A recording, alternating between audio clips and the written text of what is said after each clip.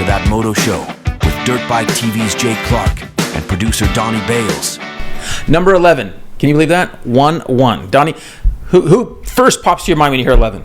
Well, Emig. No, what? Emig. Emig, 11, at the very end. Yeah. I think it's Larry Ward. Yeah. Who else? Who do you think of? Kyle Chisholm. Kyle Chisholm. There you go. That's more recent. I think Jimmy Weinert was number 11 for a while. Yeah, I can't even think of anyone else. But our guest today is double number ones. He's that cool. Yeah. He's number one is our guest, our mechanic guest today. So it's a surprise. He's a good friend of all of ours, so that's going to be really cool. So Spencer's still here. That's the first shocking thing you're going to notice on your camera. Spencer's still here. We are able to, we're shooting this show a little bit before he's leaving next week, so it works out really good. This is like an encore because we said goodbye to him and now he came back out on stage. Right.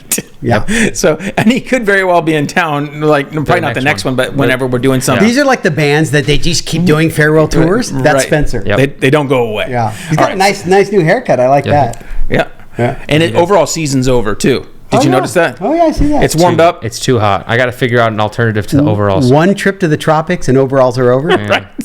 So no more overalls. And so Spencer's still here. What have you thought of Supercross as of late? Yeah, I mean, I'm super happy with what happened last week. So and unfortunately, this show's going to come out after. We won't know the next one, unfortunately. But season's been awesome. It's so fun to watch. I just love it every week. I love watching it. So we'll be watching it, and hopefully it continues to be just the fact that it's so close is like the most important thing, right? Right. Nobody wants to, unless you were in the McGrath era, nobody wants to see a runaway. Right. Mm-hmm.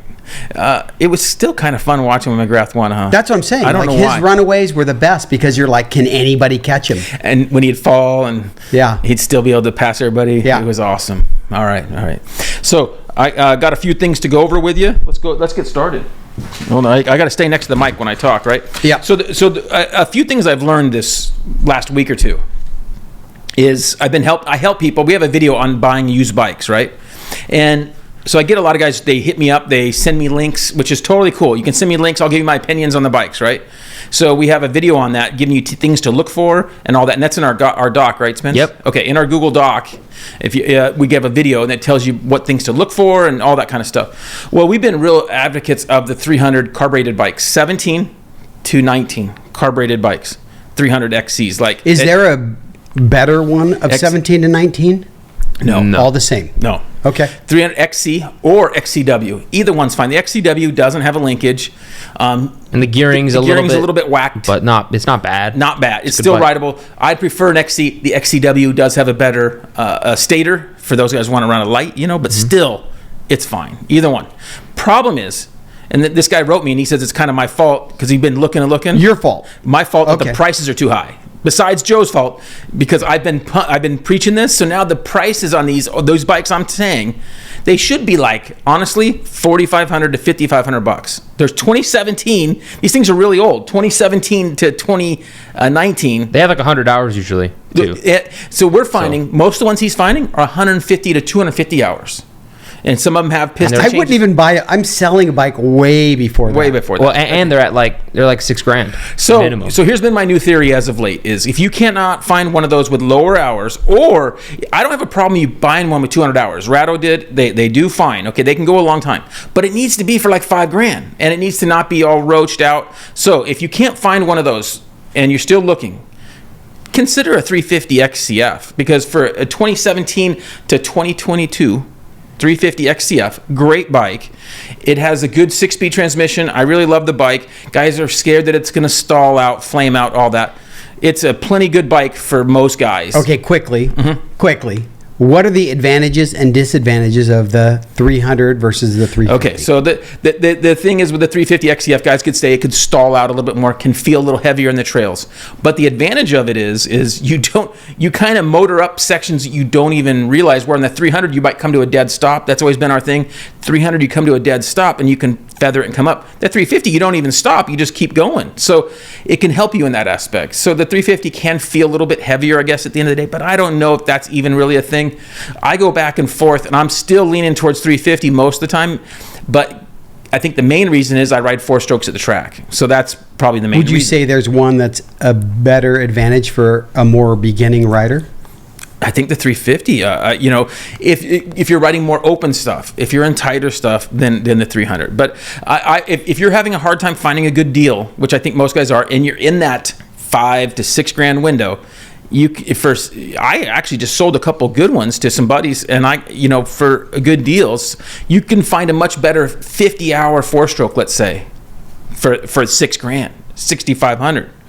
Way better bike. So don't you think a lot of that buying the 300 2-stroke against the 350 is kind of like their indoctrination? It's like a 2-stroke guy is going to no matter what stick with a 2-stroke. Yeah, and the problem is he sees the top hard enduro guys are all riding 2-strokes, and I get it. So 2-strokes to me are for very beginner guys. Yeah. Or for top pros doing hard enduro. Everybody else in between, you're probably better off with a 4-stroke. Yeah. Last longer, the whole thing. Well, when I can ride like Cody Webb, I'll think about what I'm going to ride. A 2-stroke again, right? Yeah. Right. I got a couple other things to share real quick. We have our video hit over 300,000 on our ultimate tips and tricks views. So that's pretty cool. And it has 125 tips and tricks. And I'm going to say I've learned probably 40 of them from the guests we're going to bring on later. Okay. So that's pretty cool, right? Yeah. So that video's done really well. I'm going to read a few of these comments that I got just this week. I get comments, on the tips and tricks. Yeah, it says best video ever. Thanks, man. That's from the Foxy T2. So that's pretty cool. I'm guessing he rides a 2-stroke. Yeah. T2. Okay. Andreas. Or he's a Terminator fan. Or he's a Vince. Andreas Lixvist. I'm guessing he's not from Marietta. No. Okay. Wow. What an awesome video. Thank you so much for sharing. Okay. But this is the best one. David Kumaraha. He's from New Zealand. I figured this out. Cheers, bro. Nothing but the ducks. I have to say this right. Nothing but the ducks nuts here. Kiora, stay upright. So they say Kiora kind of like mahalo. Oh, okay. Because I Googled it. Kiora is like this saying, like it means like everything. Right. Like mahalo, right? Like, or what's the other one? Aloha? Aloha. That's what it's more like aloha. Yeah. Sorry. Because it's like hello and goodbye. So it's Kiora. Kiora. Have you ever heard the term Never. ducks nuts? No. Have you ever heard it? He's heard it. Okay. Well, he's a foreigner. He's a foreigner. That's part of the deal. That's part of the problem. Okay. So I thought that was pretty funny. I've never heard of that term. So our guest, when we bring him in, maybe we can ask him how he learned that term. Or how often he uses it. Right. Okay. It must be just the New Zealand thing. Maybe some Aussies too. Who knows? So, yeah. So anyway, some real cool stuff there. So make sure to check out our video if you haven't. Seeing as how there's 300,000, you probably have. But share it with your friends, especially share it with your less knowledgeable friends. Oh, let's talk about that bike right behind you. Let's take a look at it. Peel out of the way there. That's our 95, 96 CR250. We shouldn't sit in front of this bike. We should just be on the side and just let it. Here it is right here in Dirt Bike Magazine. Check this out. Wow. Yeah, so that's it in Dirt Bike Magazine. So there's 4 more of those suckers at home that are almost done. And we have a video coming out soon with recapping us working on a bunch of those. Did you have one of these when they came out? Nope. I did. I was not cool enough. And I looked up to the guys that had them because it was a way better bike. But I was always on a Suzuki or on a Yamaha. I was fortunate enough to get one through the magazine I worked for. And it was really good. Right. And I kind of wished I had one. And I helped a lot of guys. I worked on them a few times.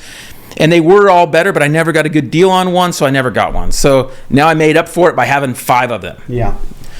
Do you know why I only made 5? Did 5? Because you didn't want to make 6? 6 was too many. 6 was too many. Right. Just flat out too many. So we have a cool video. Spencer's finishing editing the video. How many more can you make? We've had people offer us. We could at least do 2 more because guys have offered us parts for free, even like enough frame. But it was such a big job building those bikes. I mean, it was just. And when I'm watching the video, Spencer did this recap video, and we're pretty far along. And it shows the frame welding, the case welding, the cranks getting done. It shows everything that we had to do. I mean, on those bikes, we welded, every frame got welded, okay? The foot peg pinholes all got welded, and then I filed out with a round file to make the foot peg pins nice and tight. Doesn't one of them have a good idea? So there's no woggle. Those old bikes, the foot pegs would woggle? Yeah. We don't want that. Doesn't one of them... Or is there another build that has a part of a Yamaha frame on it? One of these does. Yeah. So we actually, the frame was crushed in, so we had Dallas cut it out, and I sacrificed, this will make a lot of guys happy, I sacrificed a YZ450 frame. Oh, nice. Yeah, so a 4-stroke died to fix a 2-stroke frame. Right. So I think most people... 2-stroke guys are much happier that we cut up a 4-stroke frame. It was like a 2004 or something, right? It was like one of the last years of a YZ450 or whatever. I bet you're going to find somebody unhappy about it. No. And I got the frame from my buddy last because he's like, ain't no one buying it because no one's gonna fix up a steel frame 4-stroke. Period. That's a whole nother topic we could go into, which we will someday talk about, fixing up old 4-strokes and why in most cases it's not really that much. I actually wouldn't mind. You're gonna tell me I'm crazy and 426 or 400. A 400. Just for nostalgia. That's it. But you would need someone to help you pick it up to put it on the bike stand. That's why I have you. All right. So anyway, it's a cool bike, and it was awesome to be in Dirt Bike Magazine. And actually, another one of the bikes, we're going to shoot it with Dirt Bike here soon. So, and then the other ones are going. The cool thing you guys did was they're all different. Yeah, all different. This is what's really cool. So we have 2 white frame ones, but they look totally. The next white frame one, that one's kind of a mix of 92 to 95, all these different years, right? Yeah. The look. The next one is a full McGrath themed looking bike. Yeah. Then the other There's white parts frame. of it that can't be too McGrathed, but right, but it's a themed. Yeah. I don't call it a replica. Because it's themed. Because we have different companies on board. We got the 1-800 FMF race up there. Yeah, that's awesome. Yeah, and then so we trying to change some of the logos around. So we got some great companies on these builds. So what you need to do, but people will cheat. If they wouldn't cheat, it would be like, what was the original logo? Yeah. Instead of Weisco. Fill in all the logos. Fill in all the logos. All right. Well, anyway, hopefully you guys are digging those builds. We'll have the videos coming out soon. We're going to bring in our guest right now. Let's do it. Okay, so this is it. This is my buddy David O'Connor from Ireland. All the way from Ireland. From Ireland. So I was thinking for the guys on the podcast that are listening to this, they're not going to be able to have subtitles on. Oh, stop it. A lot of my friends actually send me messages from Ireland like, hey, your buddy Jay has a cool podcast. I'm like, yeah, check them out. They're good tech tips and the whole lot. So they don't need subtitles. They understand. All right, good. You should go and actually speak Irish. So David's been, I've known him for about 15 or 17 years. I think it was 2008 I met you first. Okay. I was working at the Richardson's RV Suzuki team. And they're like, hey, go over to Sun City. The guy over here has pistons for you. So I go over, show up to Jay's house. I'm like, wow, look at all the bikes. This guy's a cool guy. He didn't put you to work right away? No, not right away because I was busy. Adam Chatfield had the whip cracking on me for Supercross. So I was kind of busy building his engines. Michael Paglia was on the team too. So kind of got to meet Jay and got in contact with him. Like, hey, we got to go riding soon. And just realized, hey, he's the same as me. Loves dirt bikes. Yeah. So, but I do love dirt bikes, but I think David loves them more. Like in a lot of ways, because that's what brought him over. And that's what we're going to talk about is if with us having a mechanic on the show, we wanted to talk about when the mechanics we've had on. We've talked about what got them into being a mechanic, what brought them, why they want to do it, right? Well, David got the bug really bad, and so let's talk a little bit about when you were younger, what got you into riding dirt bikes first, and in Ireland, obviously, and then you worked as an adult over there for a while. It wasn't like you came over here at 18 years old. No, not at all. No. So let's talk a little bit about that, and so let's start at the beginning. Like, what got you into dirt bikes? So, growing up as a kid, like being 12, 13, 14, there was a neighborhood down the street that all the brothers, there was like 4 or 5 brothers. Irish have big families. So they all had Vespas, which I kind of thought was cool. I just was like a motorcycle guy. And all of a sudden they brought their youngest brother a KX80. So there was fields all around us in Ireland. So I went down, checked them out, cycled down my BMX. I'm like, hey, could I have a ride on this? Had no idea, never rode one before. So they showed me how to use the clutch, the whole lot. So 13 years old, come home like, hey, I want a dirt bike. My family knew nothing about it. My dad would have having like a Vespa as well back in the day, so knew how to mix 2-stroke and everything. So I kept bugging. So finally 15, my mom worked with a guy who knew all about dirt bikes, so she kind of like, hey, what should we get him? Because a lot of people just making their own bikes, were just not really what we wanted. So we're like, hey, what kind of a bike could we get if we wanted to get into racing? So he was a great guy. He actually lived here for 10 years in California. Okay. So my mom worked with him, asked him all, picked his brains, the whole lot about like how to get into dirt biking. So he helped us look through, like, it was actually papers at the time. We didn't really have internets to look through and see what was for sale. So we found a KX 125. This was in 95, so it was an 87. So it was like an older bike, pretty well used. I had that bike when it was like a year old. Yeah, so the one with the that was a new model year. 86 and 87 were different. I had disc brakes, which was fancy because front brakes were previous. Yeah. So I got this bike. We didn't know anything about it at all, so we kind of like picked knowledge from everybody who rode in our town. So got the bug straight away, loved it. when we started off first, people would give me some gear, like buy some used boots, the whole lot, just to get into the sport. Turned out like when I ended up buying boots from one of the guys in my town, he was the champion like 4 or 5 times in Ireland. So he was the great guy. He's like, hey, come on out, we'll bring you to. He had a private track.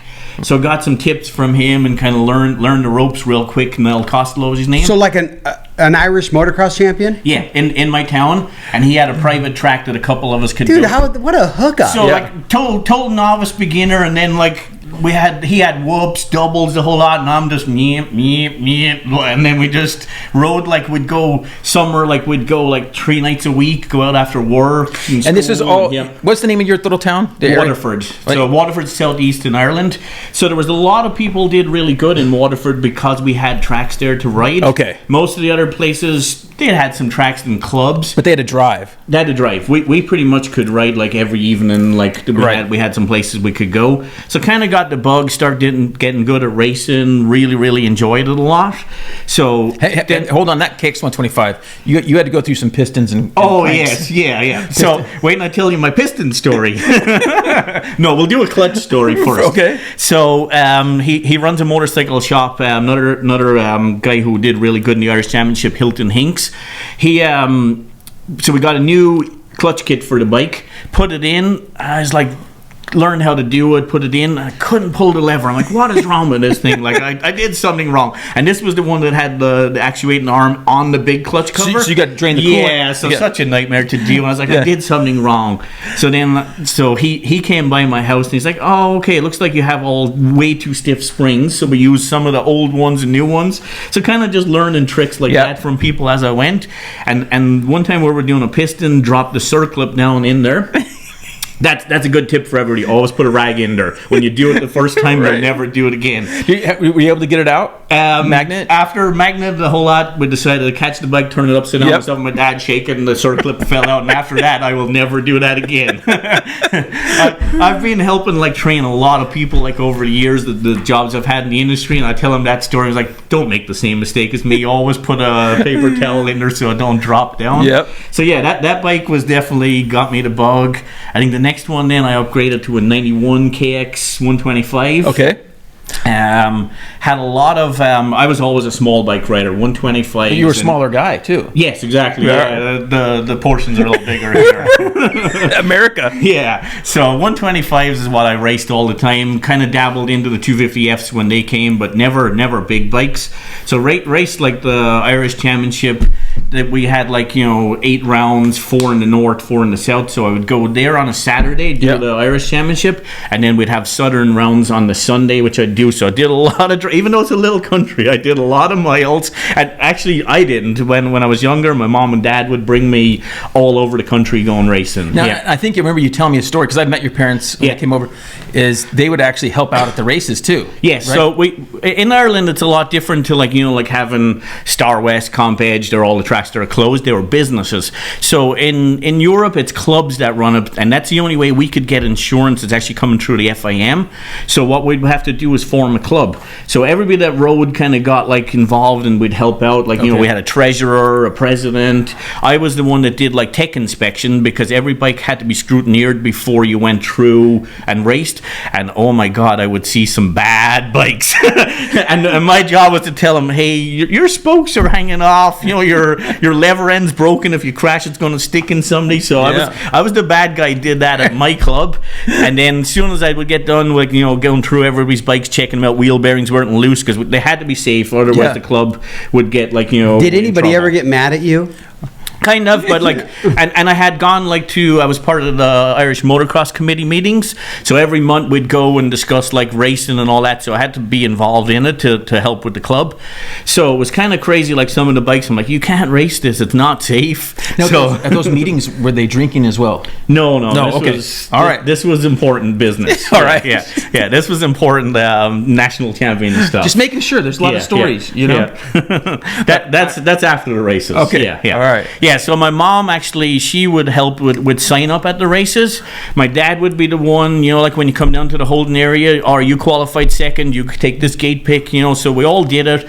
I would help like in the morning so I could race myself afterwards. Yeah. So they were all in helping you. They weren't too bummed about you getting into dirt bikes and getting hurt or any of that. Not so much. Okay. No, I've got hurt a lot of times throughout the years. We're gonna go over that too. Like this is gonna be like a pro guy talking about all of his different injuries. Yeah, and I'm Joe Smo, local, having fun, but unfortunately, the fact that your parents jumped in that deep, not having that's pretty amazing though. So my mom's a lot like me. She will chat with anybody. She knew the whole pit. She was friends with everybody, and she'd be pumped to go. Like would go and she'd get to hang out with everybody, all day long. So she really enjoyed it. Yeah. Well, and we'll get into that. And that's one of the reasons everybody around SoCal here knows David at the track and MXA guys and everybody. So we get in there. So now you're riding these 250Fs. You've moved up. How old are you getting to be here? So when I moved to 250Fs, it was like when the Hondas came out. So I had like the first Hondas in 04. Yeah. So I kind of did like 04, had a 04 Honda, 05 Honda, 06. And then I bought a Suzuki. Don't know why. I gave it a try. It didn't get used much. So I bought the Suzuki. And then my plan was I was going to come to California. I had some friends who would come and stayed at vacation companies. Yep. So Race to Cal, I came and stayed with them. I wanted to do some training in the winter when it was so muddy in Ireland. Yep. So the plan was I actually got here the Friday before Anaheim won. Okay. And then I had planned on staying 2 weeks, just kind of getting a lot of riding in before a season started. And then as soon as I start riding all the tracks, it was like, oh, I think I gotta make my way here. So it turns out one of the workers he had, an English guy, he got in a little trouble and ended up the slammer for the night.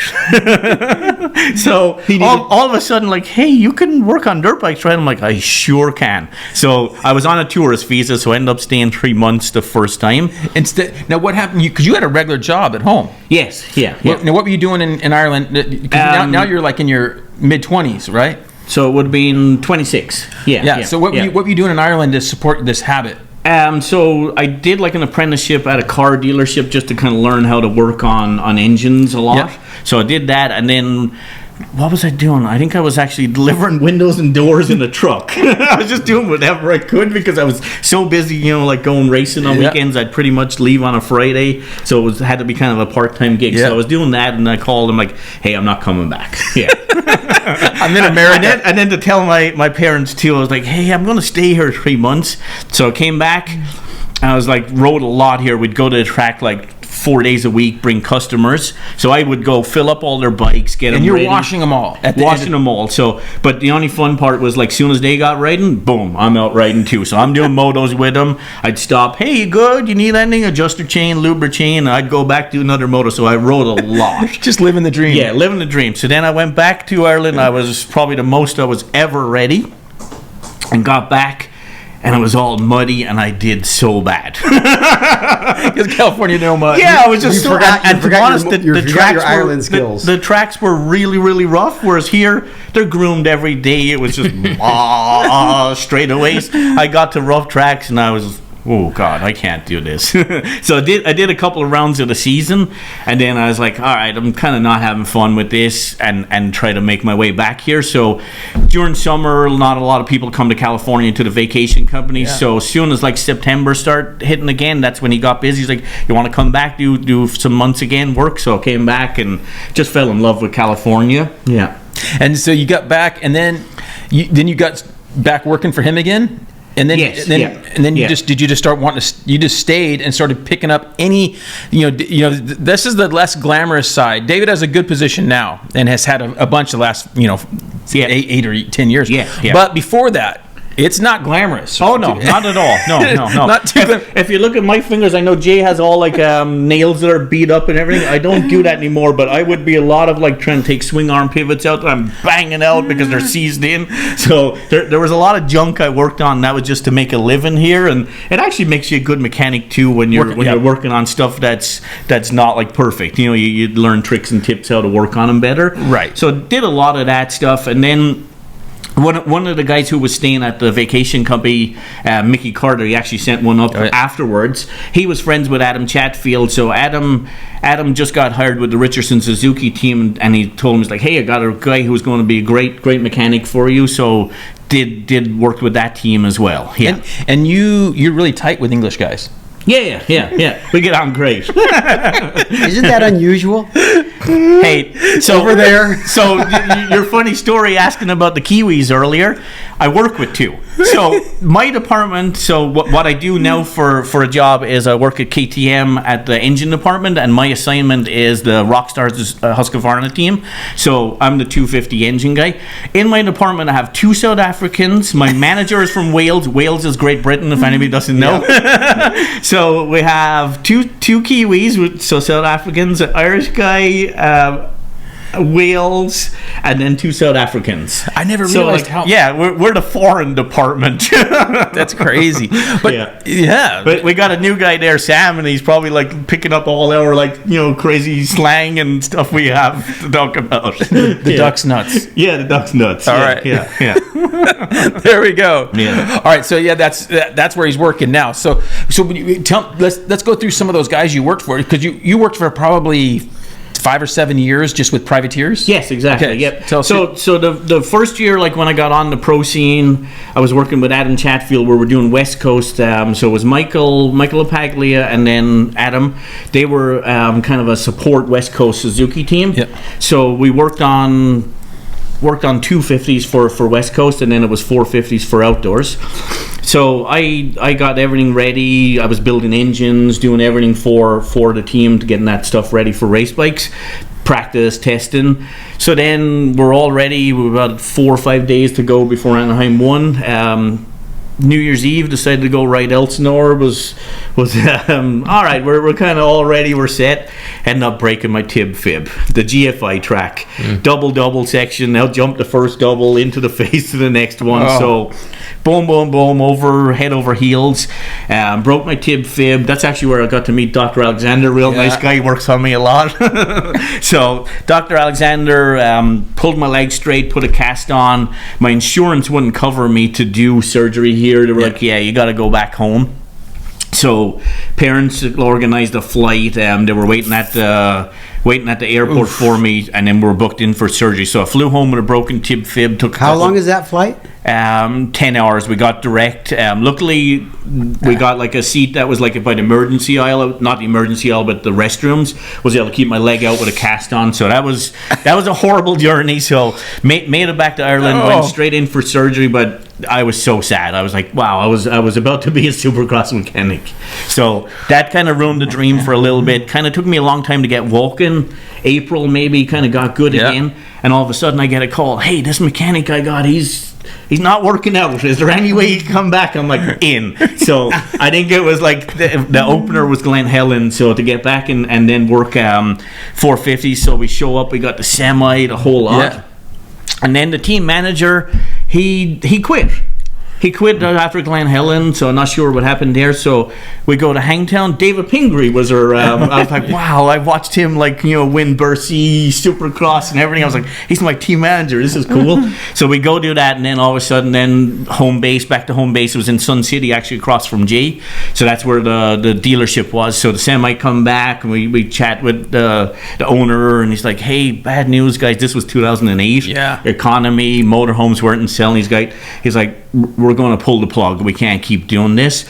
So luckily, Adam really wanted to race. He's like, okay, you can keep the race bikes, practice, all the parts you have, and we're going to give you a motorhome. So we took off on the road, drove to Colorado. Yeah. I had a Garmin. It was no iPhones or whatever back in the day. I bought a Garmin to get around. So off there, I got to see the whole country. We drove around all the nationals, and Adam was doing really good at the time. He was in around 10th place. So it was really cool. Got to meet a lot of teams. I'm in the Holden area with all the Suzuki guys, asking them, because it was the first year of the fuel injection. Yep. And So- you're one of the top privateers in that at this time. Yeah. He was battling with factory teams, so they were helping us out a lot because it was a new model, and there was quite a few issues with the fuel injection. Yeah, the first I year. remember that. So I got to know the Suzuki team real well, and they would help out. I remember even like the Kickstarter boss where your kick would crack. So I was doing like, you know, engine cases like on a table in a Walmart parking lot. It was just like So, and Roger and Ian were over there. yeah. So you know- who really helped me was Thule. Yeah. He's at AMA right now, and Dave Feeney. So Yep. they were there, And then they Dave came to Husky and won Exactly. championship with Zach Osborne. Yeah. So it's this really small world. at times. When you think about it, the industry is really, really small, and people who leave teams and burn bridges, Yeah. everybody knows each other. It's so small. Like when you think about, like we go to the big show at Anaheim, there's semis, everything looks cool, but at the end of the day, there's only 10 semis, and there's maybe 10 staff in each semi, and they all know each other. So Well, I can always don't burn bridges in this industry. It's very, very small. Yeah. I can vouch that David can go back to anybody he has worked for and go right back, and that happened at KTM. Yes, it did. We'll get Yeah, to that. yeah. So that's a really cool story to live your life that way. So that's a good tip. So after that, when the team kind of folded, Adam went to a small little privateer team on Hondas. I think it was a Phoenix team. I can't remember who it was. There was no real spot for me. So then I was like, okay, I really want to stay here. So what I did is I heard Star Racing was in Lake Elsinore. Yeah. So I showed up. I think it was right when the season was over. Brad was Yep. there. He's still actually there. Yeah, Yeah. Brad pretty much runs the show over Yep. there now. Bobby wouldn't have been there, so Brad had a little shop over in Elsinore. I showed up. I'm like, hey, I'm going to work here for 2 weeks, and you don't like me, I'll go away. You want me, I'll stay. So that's how I got the job at Star. There you go. So they gave me, I was the rookie mechanic there. They gave me Michael Hall on the West Coast, Yep. and then Darren Durham on the East Coast. So I had two guys, and then back then it wasn't as, you didn't go to the track as much, with the practice guys. Their Yep. dads were taking care Yep, of them yep. and stuff. So it was a lot of work, yeah. Then I ran into some visa issues like halfway through the season, Yeah. so I was like, okay, I gotta quit traveling. So it was kind of like stay put, stay in Murrieta. So visa issues means you can't risk being in Pennsylvania getting pulled over. yes, yeah. So funny story. I was checking in some suspension, and they're like, where are you going? I was like, I'm going riding dirt bikes. They're like, you're wearing all these team gears. I'm like, I'm a fanboy. I love Yamaha. So it was one of them tricky situations. Gave me a fright. I got pulled into secondary and the whole lot. So it was time to kind of stay in Murrieta and get my visa sorted perfectly. Yeah. All right. Yeah. And that took a while. It took a long time. So then I looked. Doesn't anymore. It's just you. No, I'm American now. Yeah, I I'm know. Irish American. Yeah, he's got his citizenship. But I'm saying nowadays it's not half as hard if you just walk across. I just saw a video of people coming in on a boat in Carlsbad. Yeah. I saw that video. That was They crazy. crashed the boat onto the beach. I told my Just wife we gone should off. go get a trailer and pick up that boat. It's a nice boat. I haven't The seen boat it. works. Yeah, it's Oh, a and real like nice 20 boat. dudes got out of 20 like an dudes got off the- 18-foot boat. And they just all walked into the city. It's like They all didn't right. even run. They were walking. They just Yeah. got off. They're like, Yeah, cool. So mine, I came on Aer Lingus flight. That's the national airline for not Yeah. a boat. So you're doing this private, and then who's the next guys you worked with? So then I got together. Adam looped me over with Don Lieb from Rocket Exhaust, Yep. and then Michael was getting real good amateur Yeah, stuff. So I very helped good. Michael and did a lot of the amateur nationals. We traveled all over the place, did them. So we had a good time with that. But then Michael got picked up by Bud Racing and went over to Europe. So he did that. So I was kind of left without a job. So then I started doing like a lot of work from home. That's when I was working on some junk and like just whatever I had to do to pay the bills. Your So, like, favorite stuff. my favorite stuff till I found something permanent again. So then what was really cool is Michael came back to the USGP at Glen Helen, which for me I had gone to a lot of GPs to line up and Right. be a mechanic at a GPs was really cool. That's Yeah. awesome. Yeah. So then after that, And it's just you're learning a lot, right? Like now so much. So- you fully know. Now you're rebuilding full engines, Yes, yeah. building race engines, practice bikes. that's the one good thing. You just soak knowledge up from everybody. Like wherever you work, there's people who've been doing it a long time. Just listen what they got to say, and you'll learn some good tips. Like every day, I'm with Roger DeCoster, seeing a machine and stuff. Like, hey, what are you making this for? Just get the knowledge from these people. Yeah. That's cool. Yeah. That's cool. So then after that with Michael, After that, then all my visa stuff kind came good, so I was able to apply and get jobs. So what you did is you looped me up with Jason Smeagol for the off-road team That was at a long Cowie. time. What year was that? Like 13, 2011, 12-ish. Okay. Yeah. So, Yeah. And before that, you were working for me for a little while. Yeah, we're doing a lot of couple few project days bikes, a week. And we'd go ride in the mornings and work on the project bikes in the afternoon. We had a good time, but I had to. The wife was telling me, "Hey, you got to knuckle down and get a real job." Because that's the problem. Guys work for me, and that they want to work for me, and I was like, well, I can only we only work about 2.5 days. Like I can only pay you because the rest of the time We we're rode a lot though. That was the most important thing. Nothing has changed. Yeah, exactly. I get jealous watching Jay's Instagram all week when I'm working. So we got to keep working. Spencer's in the same boat. He goes, I like riding it, but I need a job. Like we got to work. We can't just ride all the time. It's like, well, I want to ride. Unless you're pro, right? Yeah. Yeah. Better start going faster if you want to ride know, every right? day. Yeah. We all want to do that, but it's hard to go faster. So you got on with Team Green, which was a good job. Real good job. But yeah, so in Irvine. Irvine, it was a bit of a pain. Yeah, I drove there like 4 days a week, and then would meet up at airports to go to races and stuff. But it was a fun job. Liked working over there too. It was the first kind of big professional organization. Learned a lot about like how it's run. Yep. So they did a year. I worked a year there. We were doing the Works West Coast stuff on 450s, and then we were doing enduro cross on 250. Yeah, yep. So a lot of work, a lot of weekends away. It was a good time, and then that program disappeared. They cut the off-road team, so it was kind of like devastating. Like, wow, I had a good gig going. They had a top team going out here. Yeah. How long did you have that deal? It was a year. I did one full season with them. It came out of nowhere. Yeah. I heard it was because they were throwing this money at Villapoto. He got his 3-year deal, and I heard that was part of That's exactly what I heard too. I remember that was like the biggest deal At ever around, at the time. Yeah. So that was the exact same time. Like we and can I think pay that Villapoto, but not David. Not No David or anybody riders. else. David gets paid too much. We got to pay Villapoto. Yeah. I mean, everybody was gone. Yeah, so the whole team disappeared. Luckily, so Reed Nordine was the head of racing at the time. Jason was the off-road team manager. He got switched over to different departments. Some people got moved around. So Reed called Mitch Payton, and he's like, hey, I've got a good guy. I'm sending him down to you. So I did the interview with him, and then at the same time, you told me about the media job coming up at KTM. Yep. So I did an interview at KTM. And it was like, all right, okay, hopefully some of these people get back to me. So the same day I get the 2 calls back. I get the 2 calls back, and then I'm calling like Dave Feeney because he's worked at Pro Surrogate asking you advice. Yeah. So what I decided to do was do the KTM one because it was 10 minutes from my house. And for me to turn down Mitch was crazy because, I'd watched every championship. I'm a 125 fan. He's won every one there is for years. To be like, Mitch, I'm sorry, I'm not going to take it. It was like, I couldn't believe I was telling them no. So I took the job at KTM.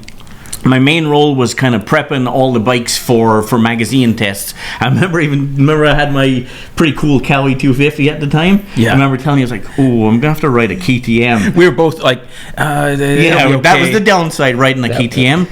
So I had an 01, I guess I had an 01 KTM back in Ireland. Yeah. I bought it and I really didn't like the bike, and I had a hex against KTM. I just didn't like it. So then when I got a bike from KTM to ride, I'm like, oh wow, these have come a long way. It was like 10 years since I rode one, so that was like, okay, at least I'm on a good bike. I didn't know what to expect. It kind of was. This was like 12-13 range. Yes, yeah, and then, that's when they were starting to get good. They're starting to get better, and then Dungy comes over, not short, like in 14-15, somewhere in there. No, I think we came. He came in 13. It was a package deal. He came in 13. Yeah, because they made that 12.5 for him. Exactly. Yeah. So that was the time I went in there. Poor Tom Moen, who was my manager at the time, would have gone to shootouts and pretty much got last every single one. And when I started, I'll call it the glory days. The bikes were getting good. We're getting better results at shootouts. We'd go like with all the media outlets, and then they'd review all the bikes. So it was kind of like, okay, we're doing good at this. Yeah. Especially through 16, 17, 18, all through but there. I remember my first week working there, so it was all stock bikes, pulling them out of crates, putting handlebars on. I was like, man, that kind of feels like a dealership job. I'm kind of like bored. I'm used to racing. So the first week I was just struggling. I'm like, I don't know, did I make the right decision? And then all of a sudden, we're like, right, we got to break all these bikes in. So I'm like, oh, we get to ride? And then we're out meeting Kiefer, Tilly, Jody, like going cycle news, like meeting everybody. And then we'd be on the track. I'm like, okay, this is a cool gig. So I ended up doing the tech there for about 6 years. So prepping all the bikes, got to know everybody in the media. I'll call every one of my friends. It was a great time doing that. Then Tom, who was my manager, he got transferred over to different departments. So like, didn't even have to do an interview. Like, hey, you're taking over. So that kind of turned into a lot of responsibility. I was kind of like taking care of the shop, answering like all the emails and sending out like all the new information. So kind of like a little more office than I wanted. It wasn't really a more hands-on guy, so it wasn't really what I was looking for. So kept trying to like move over to the engine department, which I'm in now, and it just never worked out. So I kind of just decided then, all right, maybe I'm going to set up my own shop. So and so when you set that up around COVID, which was a bad time to do it. Even when I was trying to rent a unit, people wouldn't like meet up with me. Like, oh, we can't meet up now. We don't. We have to have masks and all this stuff. So I'm like, great. So I left my job and I can't even go like get an appointment to rent somewhere. Luckily, it all worked out. It took a long time. It was a lot of hassle trying to get it. So then it was like, okay, right. So we got a unit. Let's build out like the shop, get everything going. I shared with one of my friends, Nackstar, who I've known a long time, Lassie. He's from Denmark. So we got on real good. We shared like the unit. He was starting off his wheel company. I was doing the moto side. And he's still going. Yeah, he's doing great. Yeah, I feel bad about leaving him, but I think I would have been kicked out. He's got so much inventory and stock going on there now. And we call it Doc MX. Doc MX. So a couple. We have these other nicknames for you. So where's the Doc come from? David O'Connor, right? Your email. I thought you were honestly going to ask me that. What's his name? Cody's always called him Lucky Charm. Lucky Charm. Yeah. You know, because he's Irish. So did my own shop and got really, really busy from the help of Jay promoting me. We did bike builds. All the magazines who I'd worked with over the years really pumped me up, and like I opened the doors and had instant customers. It was like, wow, how am I going to keep up with this?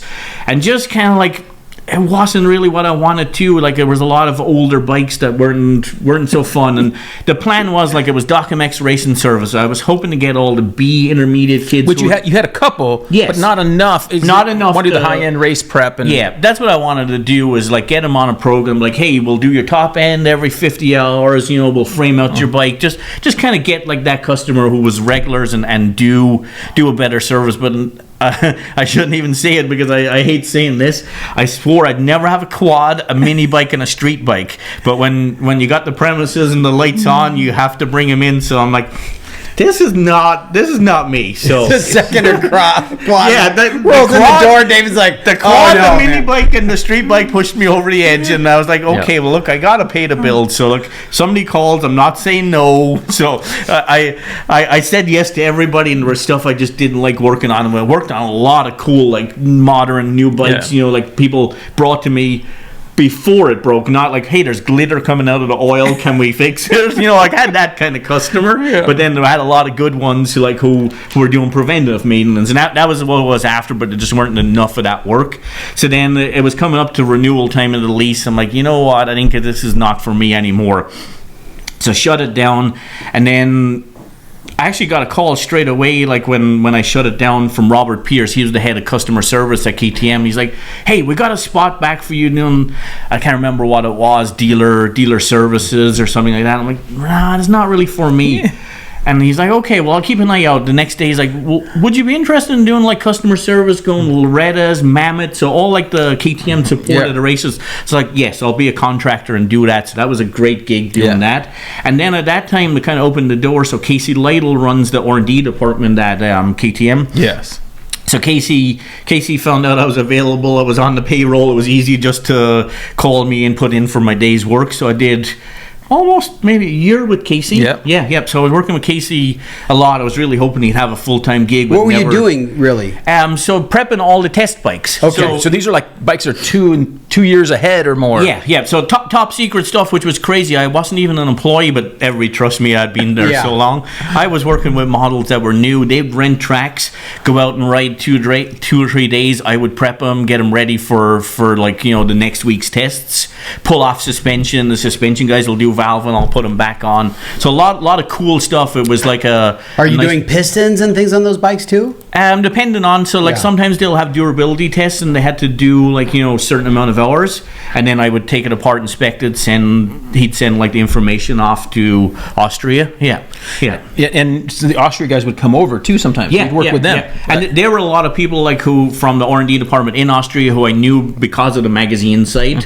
When I was working in the media department, they would always check in. Hey, how is all the tests going? Like what we can improve, and just a lot of like feedback between Austria and the US. Yeah. All right, so then now that leads us up to where you're at now. Yeah, so then I'm there and I get a call on the engine department, which I always have wanted to do. Like I like kind of like playing around with engines, and especially my dream part is it's 250. So I'm not a 450 guy. So it turned out it was the Rockstar Husky team for the 250s.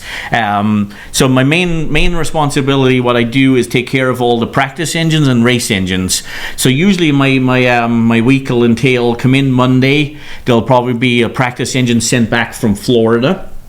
So vapor blasted, get it all clean before I even start it. Strip it down, inspect everything. We have times on everything, like what needs to be replaced at certain times. So just inspect everything and then get it rebuilt, go dyno it, and then get it shipped back out to Florida. So that's a rotation we do. And I've been into the new shop, and it's awesome. Yeah, it's that like shop is It's like been a a- hospital. It's so clean. He's been able to walk me through all the process. It's so cool to see the whole process of the thing. It's pretty awesome. Do you have an engine dyno, or do you guys put them on a bike? Chassis. So we all have our own. But it's 3 different dynos in there. So there's plenty. We're never like all at one time. They're sunken in the floor. You don't even have to ride up onto them. Oh, nice. Yeah. So we all have I have my own 250 Husky chassis. Billy has his 450 one. We all have our own ones. We're not ever. Hey, can you hurry up? I'm waiting to dyno. And then when you put the engine in the chassis, Yes. because I noticed the chain's not even broken. No, we have a rivet link. Yeah, Right. yeah, So yeah. chain's ready to go. Yeah. So when you set the engine in and bolt it up and add coolant and everything, how long does it take you to have it ready to go? Like 20-25 minutes. So it's so fast. Yeah, They have they're all ready to go. He Yeah. just puts them in and you have all your bolts up. tools in a little box with all your your bolts and everything. And it's not like when you're doing it'd take me a lot longer if I was going to go ride the bike. I'm putting radiator shroud bolts in, the seat bolt I'm sitting on it's not going to fall off. So there's a lot of just the fast stuff like you don't have to put on. You'll just put in like chassis bolts really. Yeah, that's awesome. So how many? Obviously, if you can't say, you can't say. But like, how many engines are you doing a year? It's hard to tell. But a few, 2 or 3, it's a week. Like So usually every second race I'll get back a race one. Yeah. So and then the practice ones are rotating through and yeah. Does the and right now race I've got- engine go to a practice bike ever? Eventually? Yes. Yeah. Okay. Yeah. So they have an awesome program when they're and then you guys It's have so seen- organized. So when I started the first day, Leighton Rice, he's been with KTM for maybe 20 years. He's won championships with Dungey, Webb. Like he's really experienced. So he's my manager. We should have him in here too. Yes, Yeah, good I story. actually told him that the other even day. even Yeah. though he's from Wales. He might need subtitles. He's a little Isn't stronger this than the me. Irish guy saying the English guy needs Oh subtitles? yeah. People at work come in our foreign department. They need like an interpreter. So yeah, he when you start, like he'll have like bill sheets. Everything's like what torque spec, what grease I want on this. Like what lubrication. Like it's so detailed that like how many hours something's last. I want you to replace. He's been there, done it all, knows Yep. exactly what it is. So you're handed a build sheet. Like I could build engines all day long, but I had to learn his way of doing it and what way it had to be done. He'll give you like the valve clearances, the crank end float, the cam timing. Like so, it's pretty much like the Bible is handed over to you, and you stick to that. Do you have how many engines could you have on your bench at one time? Actually, so it's Friday evening, just got finished up, and I still have an engine part in front of me. So right now I'm building 3 new race engines, and I have two on one side and one on my stand. So I have 6 engines on my bench right now. How do you keep track of what is what? Like, No, these are built ones, Donnie. So it's pretty much a U shape. I've got like my toolbox right in front of me, an engine stand, and then there's a long bench on each side, so I can do 2 at one time. Oh, nice. Yeah. It's pretty so awesome. sometimes like if I'm in the middle of a practice, that'll get dropped because every Tuesday morning, 10 o'clock, UPS hates us. They have so many boxes of suspension engines, so we'll all go over, grab them, and that's when the cycle starts. So we have to have them. They show up at about 10 o'clock on Tuesday, and then the engines will always get shipped back out Thursday next day to be at the hotel. Next day. We next day them, so like we dyno them Thursday, pretty much. Drop the oil, put them in the real nice cases we ship them in. So then it'll be arriving at the hotel on Friday morning. So as the team are getting up having their breakfast, they'll roll it in and bring it for the spare for the weekend. For the spare, because there is a backup in case the. We have 3 engines usually on the rig per rider. If there's a mud race disaster, then there's plenty of engines, but we always get the one back. How cool would it be to see, like, you put a GoPro on an engine and the cycle of an engine? It's shipping. Oh, it's crazy. Going here, there.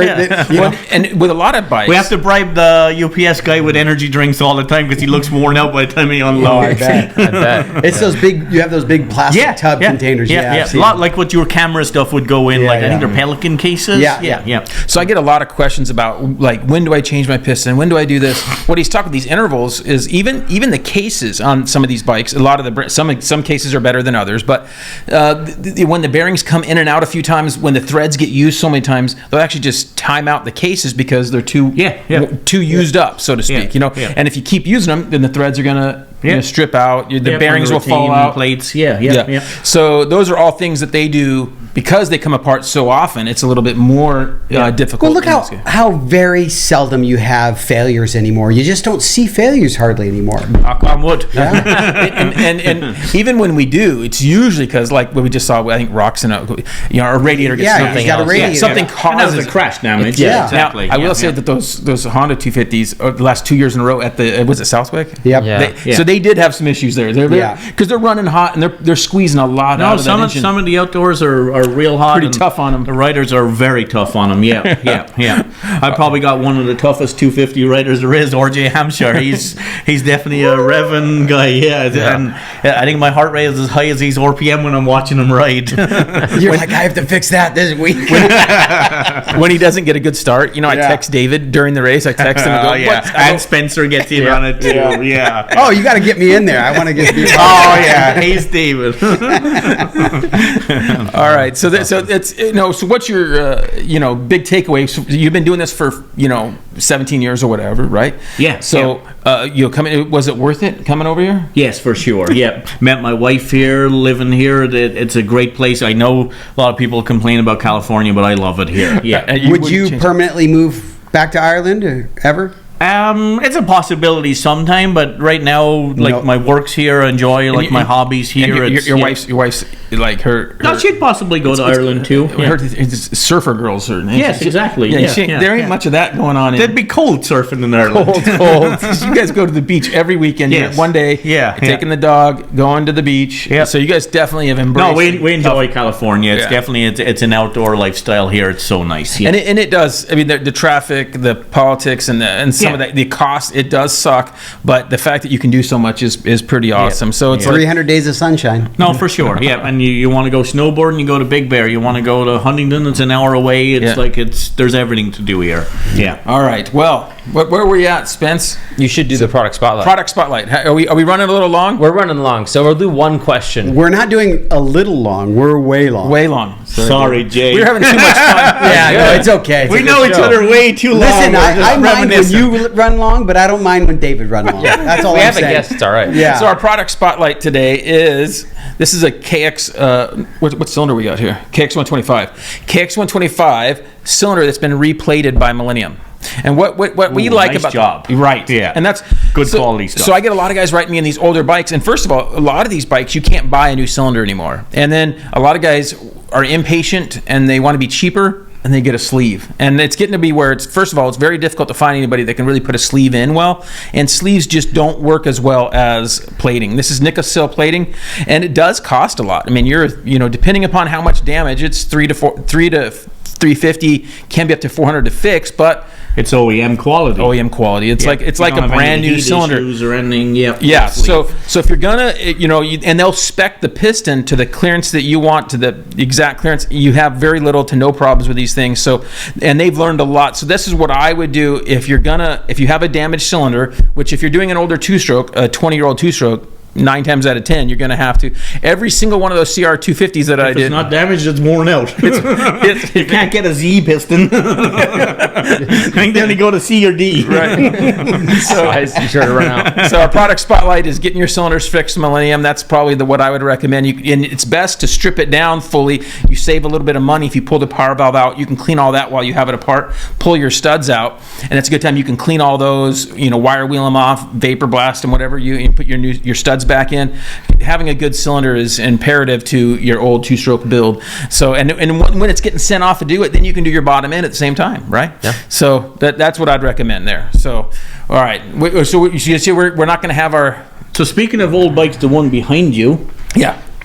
could we ship that to Fox Hill so I could race like the YZ250 we built a few years ago? So we did help David build one, and We he built actually a real nice one. he built a YZ, and it went over to Fox Hills for that big vet race. Yeah, it was vintage. the first year of it. Yeah. Yeah. It was an O2 steel frame YZ250. We totally pulled that apart. Remember Yeah. I got the bike, how bad it was? Yeah. It was so nice when we Well, got let's done. not forget how much he helped with the KX500. Oh, yeah. Oh, yes. So KX500. Yeah. Jay calls me like, hey, we got Donnie's bike apart. Can you come help? I'm like, I've never ridden a KX500. I've never worked on one.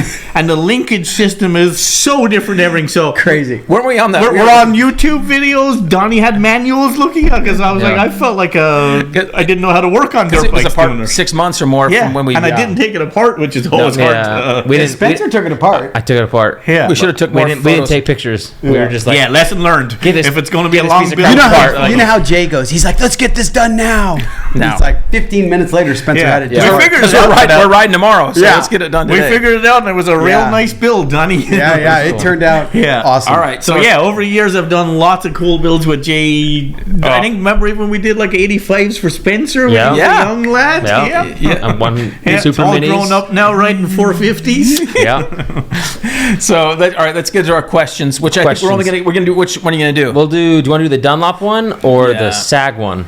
Dunlop. Just do the Dunlop one. do- David's a huge Dunlop fan. Okay. Who isn't?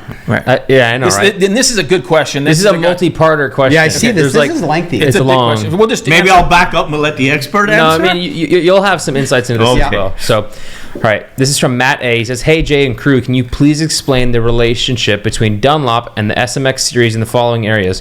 Why is Dunlop the only tire company in the pits? I remember a few years back it was kind of a big thing that Bridgestone pulled out of pro racing. Some riders still run other brands such as Pirelli, Maxxis, Michelin, etc., but they don't seem to support the sport or the riders as much or push development in the MX tires as much as Dunlop does. Am I wrong?" No. So that's what happened. What simply is done is math, right? And so sales. And so Bridgestone looked at it and said, "Hey, we're spending this much money, whatever it is, which is a lot, and to support racing." And they said, "Hey, it's not worth it for the amount of." And also, I think to dig into Dunlop's market share, and they look at how much they're spending, going, "Hey, we could spend this much less, and we're only going to sell this much less tires.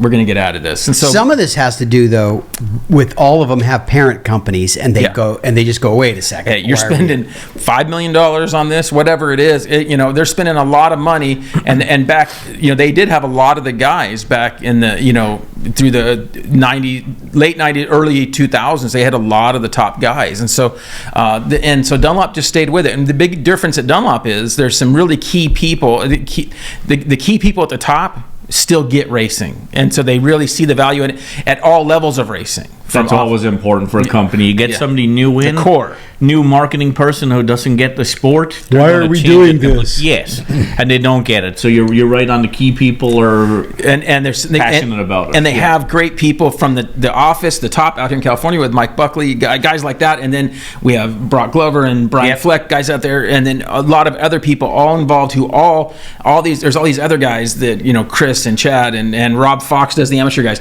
all of them ride. Yes, Yeah. They're and that's pretty that's cool. what KTM is a lot Yes. like.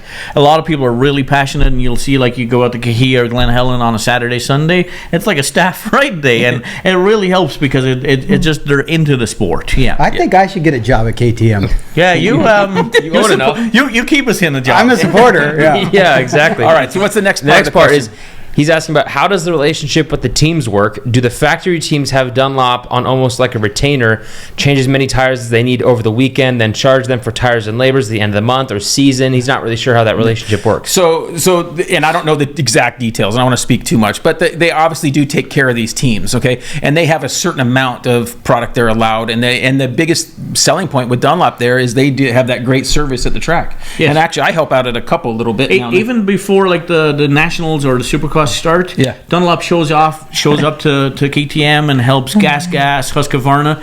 They'll have all their new wheels built, and Dunlop come and mount them all on so they're ready for the weekend. They'll have their spare wheels, their ones on the race bike. I think I've Spencer even- had been there on, was it Yeah, New Year's you've been Day? there a Was lot. it New Year's Day we went? It was One New year? Year's Day when we went. Yeah. Yeah. I've even gone over there, forgot what I went over there for, and he's changing all the little bike tires for the KTM remember. Challenge Oh, yeah. races. So it's terrible. Oh, Yeah. David knows I've struggled I with got this. you in on that. I'm sorry. He walks in, he goes, "You want to help?" I'm like, "No, man, I gotta go." Yeah, that's you lose your knuckles working on the little bikes changing tires. So they take care of those. So it works out well. So there's good coverage on all those teams with the factory Honda and Cowie and the Suzuki and KTM, all the brands. It's pretty awesome that Dunlop is so big on all those bikes. It just keeps Dunlop at the focus, and it's what everybody wants. And then the next question is good to that kind of leads into that. How does he ask about the? Why does Dunlop make a special tire for the top guys that the public cannot get? Okay, so these are called, race tires or spec tires, and one of the reasons them being involved so heavily in the racing is what keeps Dunlop advancing so far, right? And having the best motocross tires out is that they are able to test these tires with the top guys. So they're able to test different patterns, different compounds with the top guys. And most of these spec tires or the materials, it wouldn't help. And David and I have even ran on some before, and you can't tell any difference. And also, they don't last as long. And what's great about it, what I've seen a year ago, is actually on my bike now. Yeah. Yeah, it's nice that what how they were much. testing turned into production, and now I'm getting the benefit of what a pro tested on. Yeah, it's nice how much they develop tires and come out with new Yes. tires Yeah. on a regular basis. Yeah. Yeah. And it goes even to our latest tire, the 82 is very much influenced by racing, and the 82 tires, pretty much we could go race with it on a motocross track if we wanted to, even though it's designated as a motocross tire. It's a much improved off-road tire, but plenty raceable on the I haven't motocross. used it, but I heard lots of good reviews. I think it's on my shopping list. And Plessinger had run one the front a little bit, and Really? so has Eli's run the Wow. actual Okay. front. So there's been some of the top guys who have actually Yeah. tested with it and are running it, the production one. So it's Yeah. really cool. And I think so that's why they do develop spec tires and race tires, is because that's what's going to become next. And they found that just without this level of testing, that's who's going to test it the hardest and the best. So is the top pros. Exactly. So we're at like an hour and 3 minutes. Oh my gosh, our longest show ever. It's not our longest show. It's coming close though. I think it will be the longest. You think so? Oh, yeah. After Jay does some CDs. CD. Here's our CD. He brought half his collection. I No, like it. nope. It's a You lot. better have something Irish in here. No You got some Irish. U2. No Irish. Yeah, I could have brought the one U2 album I have. Ah, but I didn't. man. All right, sorry. Yeah. All right, so You don't like foreigners, right? who do I got here? Judas Priest. No, No. it's all one guy. All one guy. It's Okay. a member of KISS. Oh. There you go. Come on. You got this. You go. Oh, it's Ace. Ace Frehley. All right, so Ace has a brand new album, Ace Frehley Kiss. Now, and it's really good. Now he does sing. He's more of a guitarist than a singer. But this new album, 10,000 Volts, is really good, and you can listen to it on Spotify and all that. It's really good, and these are all Ace albums right here. He has a couple more I don't have, but those are all Ace. Now back in the day, you remember this when they had their solo albums come out? When I they were, remember the albums, and they each had their face on and it. Now at I the time remember. they were kind of like. And then the next one was all their faces together. Yeah. Yeah. Yeah, they were Yeah. all like superheroes in a way, and so you picked your favorite one, and Ace was my favorite one. Ace is your So favorite. is this playing in the shop, not country now? Yeah, not too much country. Oh, We good. play some Yeah. country like. Okay. You don't like country? No. Not a country fan. No, not a country fan. Yeah, it's likes usually that. like a hillbilly complaining about his truck broken and his You dog know what happens died. when and- they play it backwards, it's right? happy then. No, they get their wife back, they get their truck back, they get their dog back. Yeah. So check out this new album from Ace. And also on a side note, from the last show, we had a couple comments. Okay, first thing is we had some comments. One of the comments was that they had recorded that Back in Black album with Bon Scott. Donnie and I talked about this. First of all, Kurt Leverton, the owner of Ventco, good company. He's a huge AC/DC fan. Seen him a bunch of times. He's watched interviews with Angus. He said that it is not true, that they did not record that. They had a lot of it written, but none of it was recorded. And because Donnie and I, our theory on it is I have to agree with it, because if it was, they would have released it because he was the known singer. They would have released it and just toured later with Brian Johnson. Yeah. They would have recorded. So that's our theory. And if it did exist in the last 40 years, they would have put it out. would They would already have put done it a out. diamond album. They would have done the Oh, do you box know the set. money it would made on it? It would You have could have sold it for like it would have- $200. It would have gone Yeah. past the Eagles. It would- Trust me. It would It have would have broken been the huge. world. Yeah. So I don't think it exists. So No. I think it's just lore, AC/DC lore. The next thing I'll go as far as music goes. On a little side note, Go. there's a brand new album, just came out last. Oh yeah. So last night. Okay, we got this preview of these are. Are we previewing this? No, this I don't is- think I want to preview No, this. but I'm going to save some people. I did this hard work for you. This is T Swift. Okay. Okay. So you don't need to waste your time.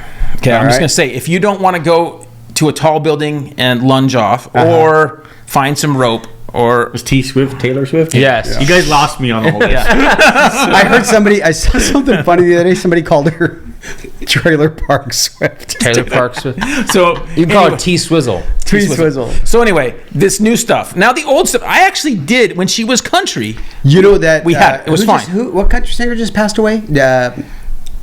Toby Keith. Toby Keith. Oh, yeah. He is the one that discovered her and actually got her and signed her to her first deal. Wow. Okay. Well, the first stuff was really good. Teardrops on my guitar. Yeah. And Yeah, just stuff like that. Like, okay, it was all catchy little country stuff. It was fine.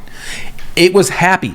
It was happy. This stuff, not happy. Okay, you're gonna want like you know, like kind of like Nirvana, right? Like you know, you're not gonna be happier after you listen to it. Who was the singer that you earlier today? Oh, Tori Amos. Tori Amos. It sounds like Tori Amos. I You said- put 'cause he was listening. And we didn't listen to this in its entirety. We listened to about 20 seconds of each song. There's 31 songs. I don't know what to think of you guys for actually listening. Well, to we it. had. You gotta try it at least once. My wife was I don't with us. listen. I can look at something and tell I don't want to try it. So I'm saving everybody a bunch of time. You don't need to go check it out. Yeah. All right. Unless you're a huge fan, then you're going to be loyal. So we don't get any more tech questions because we spent too long talking about your enormous.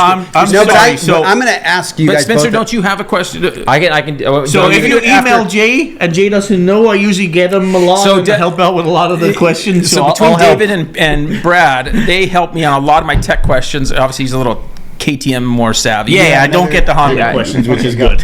it's more of a question for David.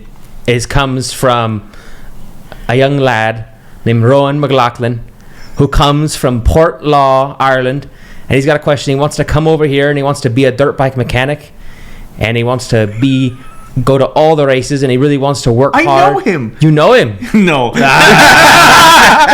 But it's real close to where I grew up. Yeah, he really wants to know what you would do if you had to do it all over. How would you get over here and really work hard and be able to get where you are now? If you had to do it over and try Yeah. again, is there anything you'd change?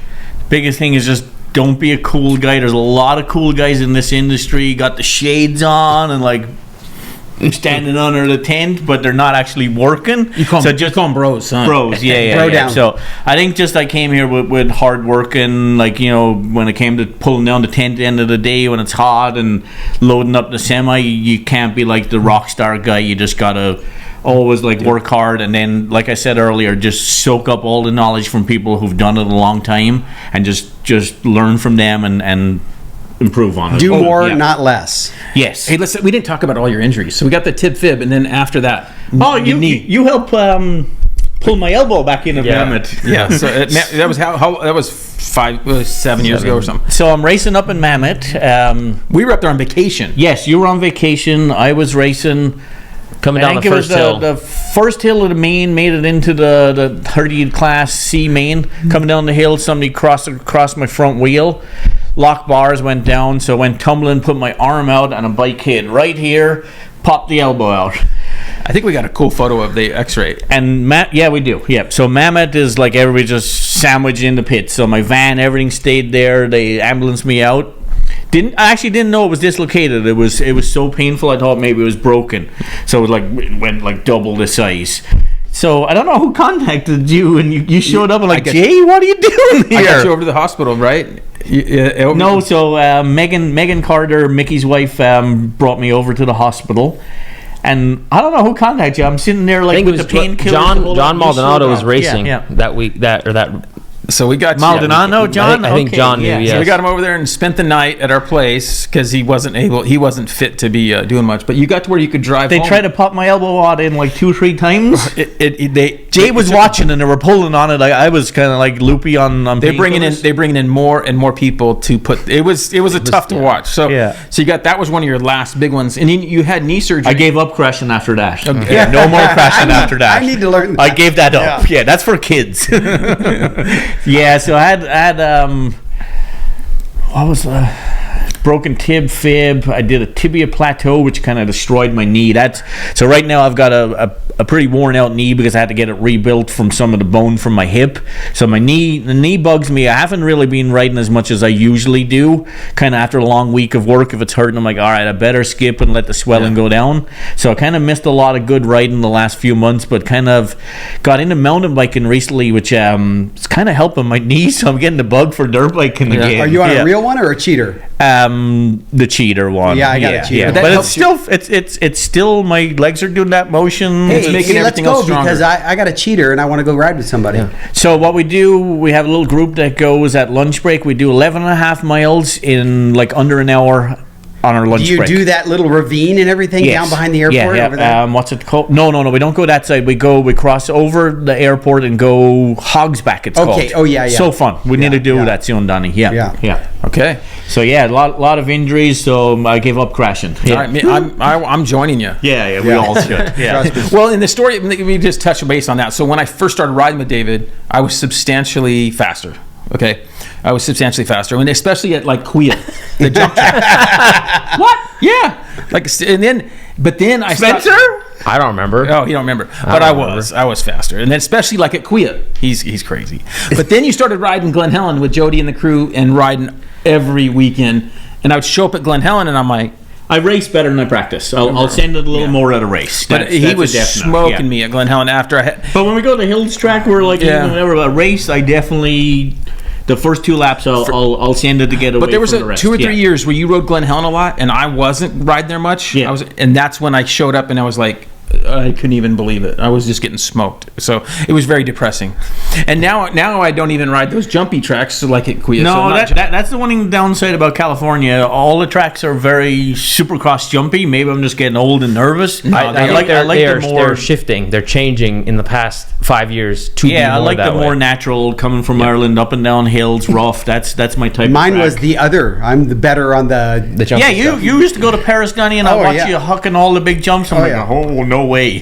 So that was anyway. It was. But I'm slow everywhere else. Yeah. Hey, once we're all having fun on dirt bikes, and that's what it's all about, guys. You keep riding dirt bikes and putting a smile on your face, fast, slow. It's all fun. Yeah. No, and that's good that you're still riding. I've talked about this before. Oh, grumpy industry guys. Yes. I'm not a grumpy industry. I love riding. So there's a lot of people like who industry guys. who love dirt bikes, got into the industry, and then they're around it like 5-6 days a week. The last thing they want to do is go to a track or wash their own bike. I think I've said it here a couple of times, but my favorite saying is, you don't see a mailman walking on his day off. Yes, yeah. Well, I'm an idiot. Yeah. He's leaving here and he's going to go prep his bike for tomorrow's race. Tomorrow's the 2-stroke national. I borrowed an off-road Husky 300, which I've never even ridden one, but a little fun tomorrow. Line up and see how it goes. Yeah. So anyway, it's pretty awesome. You got a quick one, Donnie? I got a question for both of you guys. Quick. Okay. You guys have been working on bikes for years. What is the newest technology that you've seen come along that has helped you the most in working on bikes? Well, for me, I would just say it's not working on bikes, but fuel injection is just awesome. Yeah. Okay. And when I get questions on carburetors and stuff, and I get lots of jetting problems well, that's even working on bikes. It's like fuel injection is just awesome, and I can just go, and then I can just go over to Jamie at Twisted and pick up a new ECU, or he can just or he can dyno a bike. Yeah. It's just life changing. Like fuel injection definitely made it a lot easier. And so the shift to 4-stroke anyway. If we'd stayed on 2 strokes and done carburetor, we'd be fine. Okay, that's not a big deal. But with 4-stroke carbureted bikes was really tough. So from every aspect of it. The one downside on the fuel injection, this is the most questions I get emailed from Jay, is problems. Yeah. And a lot of it's kind of inflicted by the people themselves, water in the plugs. Most and a of whole them are. lot. Most of them are self-inflicted. I have my bike, I wash it, you blow it off afterwards, everything's okay. Sometimes maybe a sensor can go out, but a lot of times water is electrical's enemy. So just washing your bike, make sure it's done right. I had the advantage. I was a contributor at Dirt Rider forever, Yep. and I rode the first fuel injection bike that was here, That's cool. What? the Cannondale. Cannondale. Oh, wow. Yeah. Well, and we've even gotten to where, because we have a bike wash video, we've gotten to where we're starting to, even if we don't block off the air filter, when we bring the bike in, we pull the seat off and blow off even more, because you have a lot of water sits, the ECU is there, the relay. When Jade was here, he talked about how to take care of that stuff, like how the race teams do. It's very important. It's very important. Yeah. Even like your TPS sensors, so that's monitoring how much your throttle's open. If there's water in there and you're half throttle and it's only taking quarter, it's not injecting enough fuel. So like there's problems can happen from water. Yeah. That's all I got. That's an awesome show. This is awesome. Yeah, it was a for good having show. me over. Thanks, Lucky Hope Charms. you guys enjoyed it. Yeah. All right. So hope you guys liked it. Like, comment, subscribe. Remember to email us questions on the show if you have any questions you want to do, or just questions. I don't wait till the show to answer you. I just write you back. And remember to support our good companies that are all listed after this, and use our links from Rocky Mountain if you're gonna be shopping and all I that. brought some of my favorite Motion Pro tools. Oh, crud. We didn't even get to that. Are they in your car? Yeah. Oh, It's okay. we had enough. I was told David. I forgot about I don't that. have it in my hand. Okay, but what's your favorite one? One of my favorite tools, which I use all day, every day, a valve stem seal installer. Yeah. It comes like a kit of 4. You have all the different diameters for 450s, 250s, and it just makes my life so easy. It's just push in the valve stem seal. Yep. I replace them on every service I do, so it's such a nice tool. Yeah. And that's a cool tool. So I think I helped you get one of those. You got it for me. Yeah. Merry Christmas. Merry Christmas. So anyway, My whole department would like some because they're pretty jealous of us. do they ever come borrow Maybe we yours? could get a Motion Pro sponsorship. Dave can't find his. He's like, So Motion Pro has awesome tools like that. We'll have a picture of that tool for those guys that are wondering if they're doing valve stems. Most guys aren't doing valve stems that often. No, not at all. But for me, it's a everyday deal, and it's so nice. I have this buddy of mine from high school back in Missouri. He did his own head on his CRF 250. The thing ran great, tons of hours, right? Yeah. We took it apart out here, so it comes out here and we take it apart. Does it have no valve stem seals? No valve stem seals. Zero. It ran great for years. At zero. Nice. So somehow when they had it apart, Yeah. so it ran good. Okay, he doesn't need that tool. It was a Honda, right? It was a Okay. Honda 250 up. It was the bike has over 300 hours. I think at that time it had a couple hundred, and I think the head had been off like 100. So he had 80 to 100 hours or something with no valve stem seals. We figured out. Wow. Like somebody just took them out and was maybe going to change them and then just didn't. Forgot about him. Yeah, I did it. pretty cool. So, wow. All right. Hey, thanks, guys. show. We'll see you next. Thank you, guys. Thanks to David. See ya. See ya. We work with some great companies, and here's a list of those right now. Dunlop motorcycle tires, Wiseco piston, Vinco air shocks and dirt bike parts, FMF exhaust, Decal Works graphics, Pro X racing parts, Recluse clutch revolution, Motion Pro specialty motorcycle tools, Works connection, Uni filter, Klotz oil, Cometic gasket, MX plastics, JE pistons, Cardo systems, ODI bars and grips. And remember, if you shop Rocky Mountain, use our link from our site, Linktree, or link in description of the videos. Thanks for watching and listening. Don't forget to like, comment, and subscribe.